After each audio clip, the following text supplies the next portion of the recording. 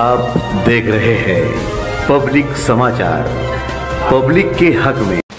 Respected Dr. Shobha Bachao Madam.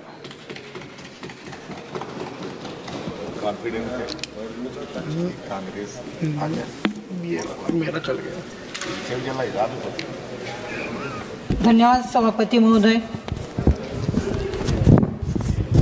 या सर्वोच्च सदनामध्ये मला आपण पहिल्यांदा बोलण्याची संधी या ठिकाणी प्राप्त करून दिलेली आहे। मी माझा मतदारसंघ धुळे महाराष्ट्र येथील मतदारांची खूप खूप आभारी आहे। त्याचप्रमाणे आमचे नेते राहुलजी गांधी, सोनियाजी गांधी यांची देखील खूप खूप आभारी आहे। सर्वप्रथम आरोग्याची देवता धन्वंतरी यांना मी वंदन करते आणि आज मी आरोग्य मंत्रालयाच्या अनुदानाच्या मागणीवरील चर्चेवर बोलण्यासाठी या ठिकाणी उभी आहे। सादर झालेल्या अर्थसंकल्पात महाराष्ट्र राज्यासाठी काहीही दिलेले नाही। यावेळी अर्थसंकल्पात आरोग्यावर भर दिला जाईल अशी अपेक्षा होती, परंतु घोर निराशा या ठिकाणी झालेली आहे।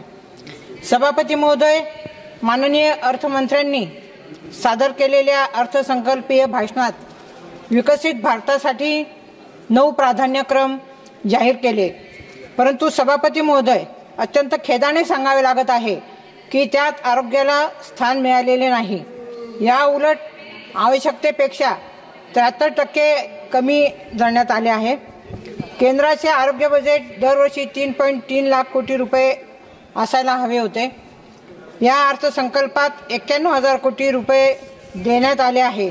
हे गरजेच्या केवळ 27% आहेत। महाराष्ट्रातील केंद्र सरकारच्या अखत्यारीतील सर्व रुग्णालयांमध्ये जसे की GT hospital, KEM hospital, Saint George hospital, JJ group hospital, Cama hospital इत्यादींमध्ये पायाभूत सुविधांचा अभाव आहे। उपकरणे नाहीत, पुरेसे आणि कर्मचाऱ्यांची कमतरता, यामुळे रुग्णांना अनेक समस्यांना तोंड द्यावे लागते। यासाठी केंद्र सरकारने तातडीने किमान 10,000 कोटी रुपये निधीची उपलब्ध करून द्यावा। अध्यक्ष महोदय, महाराष्ट्र आरोग्य विभागामध्ये 18,000 पदे रिक्त आहेत, ज्यात डॉक्टरांची 1600 पदे आणि 16,400 इतर महत्त्वाचे पदे, मेडिकल व पॅरामेडिकल पदे ही रिक्त आहेत। ती सर्व पदे तातडीने या ठिकाणी भरावीत अशी मी या ठिकाणी मागणी करते। महाराष्ट्रात एकच एम्स रुग्णालय आहे जे नागपूरमध्ये आहे। महाराष्ट्राच्या लोकसंख्येचा विचार करता मुंबई, नाशिक, धुळे आणि पुण्यातही एम्स रुग्णालयाची स्थापना होणे गरजेचे आहे। याचाही अर्थसंकल्पामध्ये समावेश करावा। उन्हाच्या झळा आणि पावसात दिवसभर गावोगावी आरोग्य सेवा देणाऱ्या महाराष्ट्रातील आशा वर्कर्सना राज्य सरकारकडून केवळ 6,000 रुपये मानधन देण्यात येते। केंद्र सरकारने केंद्रीय अर्थसंकल्पात तरतूद करून त्यांच्या सुरक्षेबरोबरच त्यांचा पगार किमान 20,000 रुपयांपर्यंत वाढवावा आणि त्यांचा प्रवास भत्ताही वाढवावा अशी माझी मागणी आहे। ऑस्टॉमी हा एक गंभीर असाध्य रोग आहे आणि भारतातही तो झपाट्याने वाढत आहे। हा गंभीर आणि असाध्य आजार अपंगत्वाच्या श्रेणीत आणण्यासाठी सामाजिक न्याय मंत्रालयाने याबाबत बिल सभागृहात आणावे।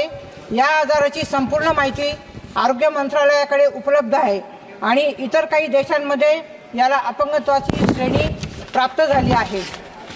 अध्यक्ष महोदय, आयुष्यमान भारत योजना PMJY साठी या अर्थसंकल्पात जी काही तरतूद करण्यात आली ती 7,500 कोटी रुपयांची आहे, परंतु अनेक रुग्णालयांमध्ये या योजनेअंतर्गत उपचार दिले जात नाहीत।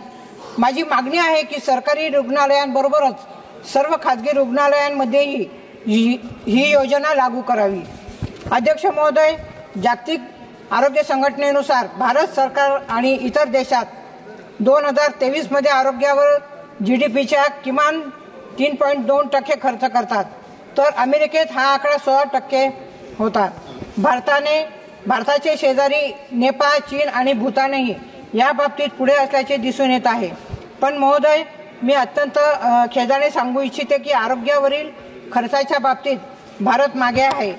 यंदा हा हिस्सा एकूण अर्थसंकल्पाच्या 1.9% आहे। यावर सरकारने अधिक लक्ष देणे आवश्यक आहे। अध्यक्ष महोदय, कोविड-19 काळात आरोग्य यंत्रणेची दुरावस्था व हतबलता संपूर्ण जगाने अनुभवली। नैसर्गिक आपत्ती व महामारीसाठी केंद्राने भरीव आर्थिक तरतूद करावी। अध्यक्ष महोदय,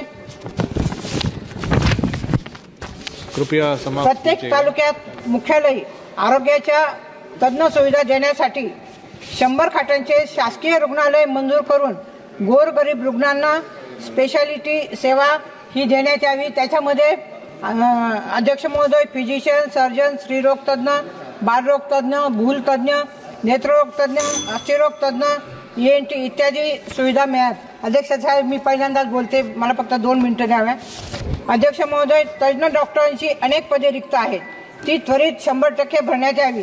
त्यांना वाढीव वेतन देण्यात यावा। अध्यक्ष महोदय, जे काही प्राथमिक आरोग्य केंद्र आहे, ग्रामीण रुग्णालय आहे, त्यामध्ये अत्यंत सुविधा कमी आहेत, ते सर्व केंद्र ही बळकट करण्यात यावी। कारण जे काही ग्रामीण भागातले रुग्ण आहेत त्यांना ही सेवा सक्षमतेने मिळण्यासाठी त्यांचं सेवांचं बळकटीकरण करावं।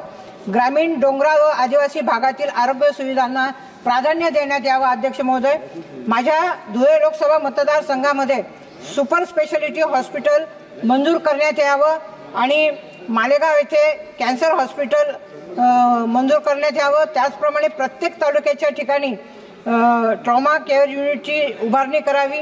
डायलिसिस सेंटर प्रत्येक सरकारी हॉस्पिटलमध्ये निर्माण करावे।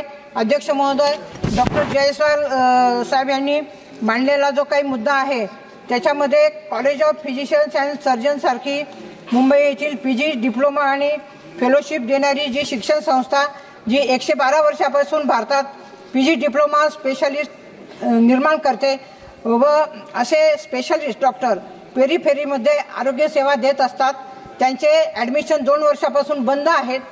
जवळपास वर्षाला 1100 PG डिप्लोमा डॉक्टरांना त्यामुळे आपण मुकलो आहोत। अशा संस्थांना अभय देणे गरजेचे आहे। अध्यक्ष महोदय, आरोग्य धनसंपदा, हेल्थ इज वेल्थ असं या ठिकाणी मला सांगावंसं वाटतं। मी आपल्या माध्यमातून स्वास्थ्य बजट पर अपनी बात रखना चाहता हूं।